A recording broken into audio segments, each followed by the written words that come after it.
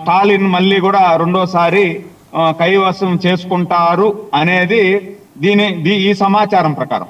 ఒకవేళ వాళ్ళు చీల్చినటువంటి ఓట్లలో ప్రభుత్వ అనుకూల ఓటు కానీ చీల్చుంటే అటు ఇటుగా ఉంటది. అంటే అప్పుడు ఎవరికి కూడా మెజారిటీ వచ్చేటువంటి పరిస్థితి లేదు. అప్పుడు విజయ్కి కానీ కొన్ని ఎక్కువ సీట్లు వస్తే విజయ్ రాజును నిర్ణయించే పాత్ర పోషిస్తారనేది నాకున్నటువంటి అనాలిసిస్ సార్. గారు ఒకసారి మనం మమతా బెనర్జీ వ్యవహారం దగ్గరికి వెళ్దాం. కృష్ణాంజనేయులు గారు ఆల్రెడీ శ్రీకాంత్ గారు మాట్లాడారు ఈ విషయంలో. కృష్ణాంజనేయులు గారు ఆవిడ ఏంటండి చెప్పండి. ఏం లే, మన అంటే నాయుడన్న గారికి ఒక చిన్న ప్రశ్న ఇద్దామని అనుకున్నా. ఇప్పుడు చంద్రబాబు నాయుడు గారు తెలంగాణ మనకు తమిళనాడుకు వెళ్ళారు. పాపం ఆయన అంత ప్రచారం చేసే నాయుడన్న వారిని అవమానిస్తే ఎట్లా? ఏదైనా ఉన్నది ఉన్నట్లు చెప్పాలి కదా. చంద్రబాబు నాయుడు గారు ఎందుకు పోయారు? ఎందుకంటే స్టాలిన్ ఒక మాట చెప్పారు, దీంట్లో అది గుర్తు చేసుకోవాలి.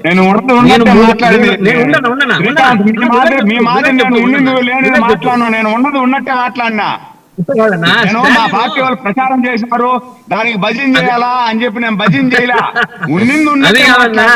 నేను ఒక్క మాట అడుగుతున్నా, మళ్ళా అయిపోయిన శ్రీకాంత్ విను ఒక శ్రీకాంత్. ఇప్పుడు అయిపోయిన పెళ్లికి మేళం అవసరం లేదు. ముందు పెళ్లి కాకముందు మేళం వేస్తే దానికి ఒక విలువ ఉంటుంది. మిమ్మల్ని అడిగిందంటే మమతా బెనర్జీ గురించి అడిగారు, దాని గురించి మాట్లాడు. మీ జగన్మోహన్ రెడ్డిని అసలు ఎవడు పిచ్చోడే లేడే, ప్రచారానికి పిచ్చోడలేదు మీ జగన్మోహన్ రెడ్డిని. మీ జగన్మోహన్ రెడ్డి కొట్టి మూలకొత్తులు అంటారు కదా, ప్రచారానికి పిలిచేవాళ్ళు లేరు ఎవరు. అది మాట్లాడమంటే మాటంతా చేపు నోరు తెరిస్తే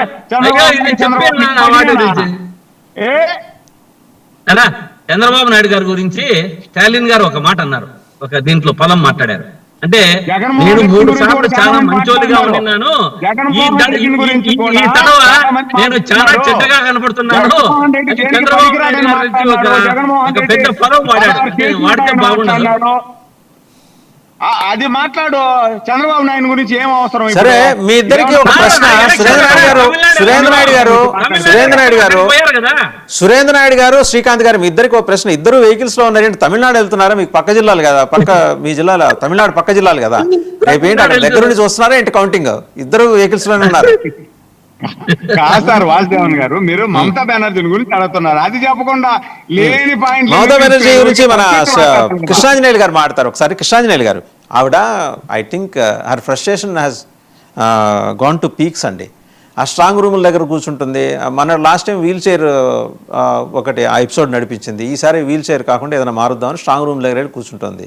ఇప్పుడు సుప్రీంకోర్టు నిన్న చెప్పింది, ఎలక్షన్ కమిషన్కు ఉన్న డిస్క్రిషన్ పవర్స్ని నోబడీ కెన్ క్వశ్చన్. వాళ్ళు అపాయింట్ చేసుకునేది ఎవరిని? కేంద్ర ప్రభుత్వ ఉద్యోగుల్ని. కౌంటింగ్ ప్రక్రియ, కౌంటింగ్లో వాళ్ళు ఏం చేస్తారండి? కేంద్ర ప్రభుత్వ ఉద్యోగులు అంటే మోడీ ఫోన్ చేసి, అమిత్ షా ఫోన్ చేసి మీరు కౌంటింగ్లో అన్నీ మాకు అనుకూలంగా ఏమని చెబుతారా?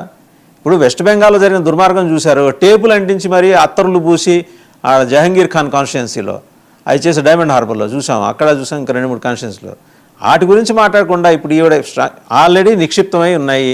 Voter has given her or his mandate, దాంట్లో ఉంది. ఇంతలో ఏమైపోతాయి? ఏమైనా చేస్తుంటే ఇప్పటికి ఢిల్లీ నుంచి రిమోట్లు అయిపోయి ఉండాలి కదా అంట. నేను వాసుదేవన్ గారు, మనము పశ్చిమ బెంగాల్కి వెళ్ళబోయే ముందుగా, మమతా బెనర్జీ గురించి మాట్లాడుకోబోయే ముందుగా, తమిళనాడు ఆంధ్రప్రదేశ్ సంబంధించినటువంటి అంశాలు, ఆసక్తికరమైన అంశాలు మాట్లాడాలి. అది ఎందుకంటే శ్రీకాంత్ గారు చేసినట్టు ప్రస్తావన మంచి ప్రస్తావన. ఎందుకంటే మన పాత్ర లేని అంశాలు మిగతా అన్ని పెద్ద ఆసక్తి ఏముంటాయి. అయితే సురేందర్ నాయుడు గారు నాకు తెలిసి తెలుగుదేశం పార్టీలో చాలా మంచి పర్సన్ అండి. నాకు తెలిసి మీరు సురేందర్ నాయుడు గారిని నాకు తెలిసి డిబేట్స్ కి మీరు ఎంకరేజ్ చేసినట్టుగా తర్వాత అన్ని డిబేట్స్ కి ఆయన వెళ్తున్నారు, దాని గురించి ఇది లేదు. సురేందర్ నాయుడు గారు ఉన్నట్టు మాట్లాడతారు, ఆయన పార్టీ అయినప్పటికీ కూడా.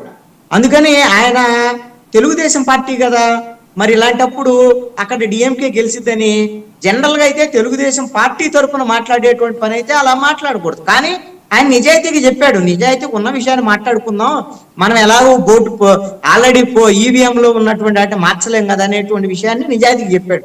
అందుకని ఆయన ఇరకాటంలో పెట్టడానికి ఇప్పుడు తెలుగుదేశాన్ని, చంద్రబాబు నాయుడిని విమర్శిస్తే పర్వాలేదు శ్రీకాంత్ గారు, పాపం సురేందర్ నాయుడు గారు మంచోడిని విమర్శించి ఇరకాటంలో పెట్టాలనేటువంటిది మంచిది కాదు అని నా సూచన. అయితే ఇక్కడ ఒక అంశాన్ని చెప్పదలుచుకున్నా. సురేందర్ నాయుడు గారు అంగీకరించకపోయినా